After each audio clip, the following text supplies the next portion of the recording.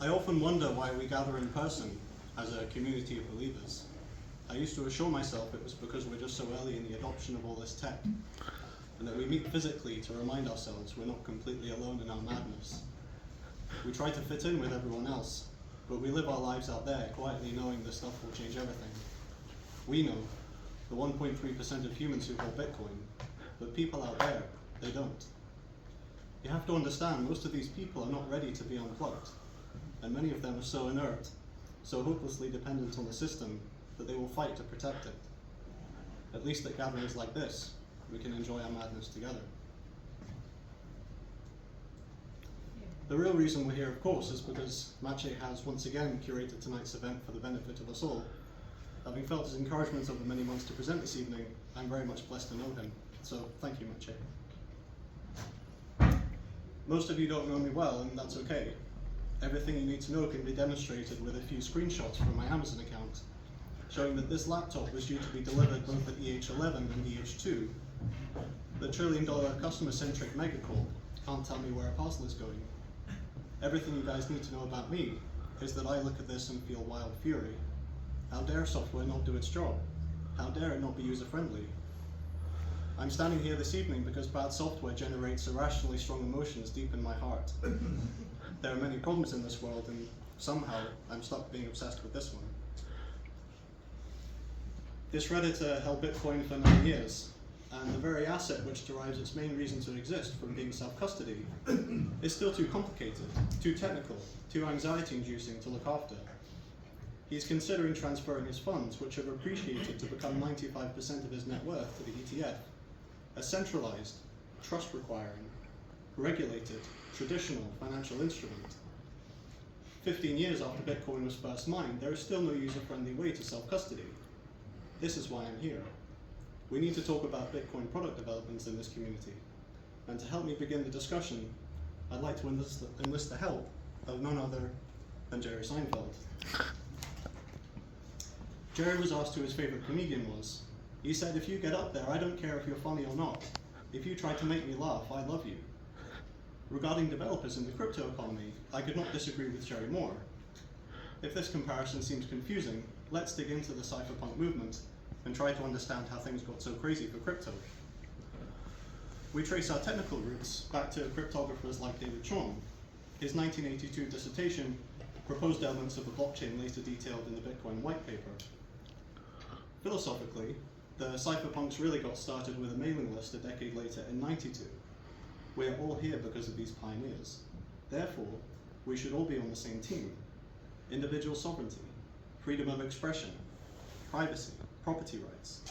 If you're building software to promote these things, I love you. But that love, unlike Jerry's, is conditional. Because if your project relies on centralized custody, like the entire North American Bitcoin ETF industry, frankly, no soup for you. Exposure to price action and massive counterparty risk is all you're getting. Today, Coinbase looks after $250 billion of crypto assets. And if you remember, it was reported in 2020, they purchased a vault under a Swiss mountain.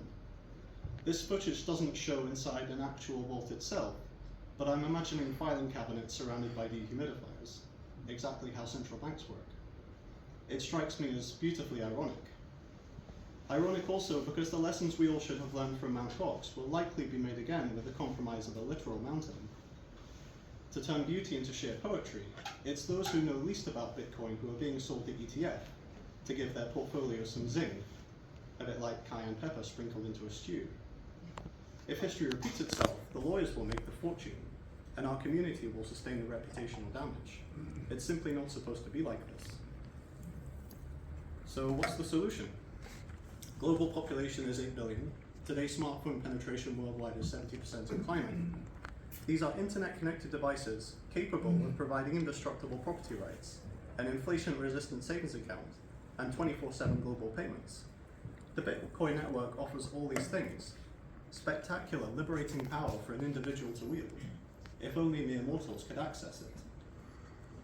Global unbanked is 1.5 billion, and these are people in exploding economies.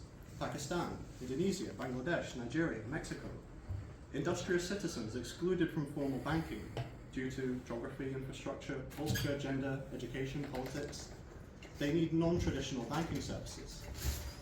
They are customers who need a product. And developing economy or not, we're all being crushed by inflation. A mere 5% inflation rate per year will halve the purchasing power of our savings in just 10 years. That's an insidious theft. We all need Bitcoin, not to invest in, but just somewhere to put our savings without getting robbed. But user-friendly self-custody does not exist. Back to another peak 90s moment, 12 years before Bitcoin started, British cyberpunk Adam Back proposed Hashcash, which used proof of work, laying the foundations for Bitcoin mining. He also created a company called Blockstream, whose mobile app allows users to hold their own keys, which was great a decade ago. But since then, the lack of innovation and user-friendliness is inexcusable. Their TOS state users must be very knowledgeable about cryptocurrency generally, and HD non-custodial wallets in particular. This is different to the terms we'll ignore in other software, because you don't accidentally lose all your Instagram photos. People make mistakes with Bitcoin all the time. The experience is confusing and scary.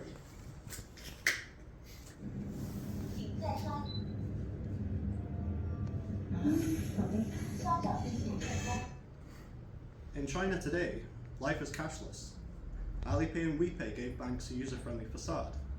The person who recorded this video for me asked about sats. I explained to her, 100 million in every Bitcoin. This was her reply.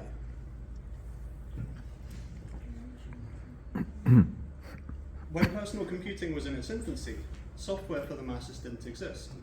The home market wasn't really a thing. Desktop machines were for accountants and academics, but designer Susan Kerr at Apple saw the need for icons to communicate what your computer was doing without words. So we made some things for the mirror that I was told would never be seen, and this was one of them. So, I kind of had fun with it. And this one, I was told, really nobody would ever see this because it would just be such a catastrophic failure. So, designers like Susan Kerr changed the world. We need a Susan Kerr. In the grand scheme of Bitcoin adoption, we are pre-Macintosh. And a Microsoft Office suite, like the one on the table there, does not exist. It's the right thing to do for humanity, and the company that does it will be valuable. So where would we start? Well, at the heart of a product lineup should be self-custody. Intuitive regardless of language or technical knowledge, giving people ownership of their own financial assets. The main design challenge will be making the software approachable for those who need to learn about seed phrases and minor fees for the first time. I don't believe any app has managed to do this. It's not about technology. It's not about explaining stuff in pop-up boxes to unwitting users. It's about how you present things. If you download Trust Wallet, you're greeted with this. It's telling you, welcome to the crypto economy. This is where you play with your money. And it breaks my heart. I want to see my money safe from all the turmoil in the world. I want to see real-time transaction fees for sending money, so those working abroad don't have to give their wages to Western Union. Factoring in remittance fees and currency conversions, some people spend 8% of their income after tax on sending money home. 8% is 1 month every year missing your family for nothing. We're in the dark ages of financial technology today. The banks don't see it. The remittance companies don't see it. But trustless software is about to replace them. Let's look at the MetaMask user experience. It's asking to read all your data on all your websites. And this is the kind of review it produces. On the other end of the spectrum, let's move to an OG wallet application, Sparrow. I learned about Sparrow from Wicked Smart Bitcoin, whose immaculate YouTube tutorials demonstrate just how complicated self-custody is today if you want to protect your money properly. Make no mistake, Sparrow is great design for the user described in Blockstream's TOS. It's almost beautiful, but this is not what consumers need. They need bank statements in black and white, updated every few seconds to let them manage their finances. I don't want to gamble. I don't want to learn a bunch of stuff. I just want to look after my money. Even calling it a wallet is a bad start. Nobody wants dog-eared leather goods in a sweaty back pocket. They want an account for their money like a civilized human being. I have a proper account for my trash fiat money. Now I'd like a proper account for my beautiful engineered money. I want to allow a vendor to take a variable amount from my account periodically, even if that means a request appears on my phone one morning a month, and all I have to do is click authorize. This direct debit functionality also unlocks subscription-based sales for Bitcoin. It unlocks Bitcoin payroll. This capability will make some companies spectacularly valuable.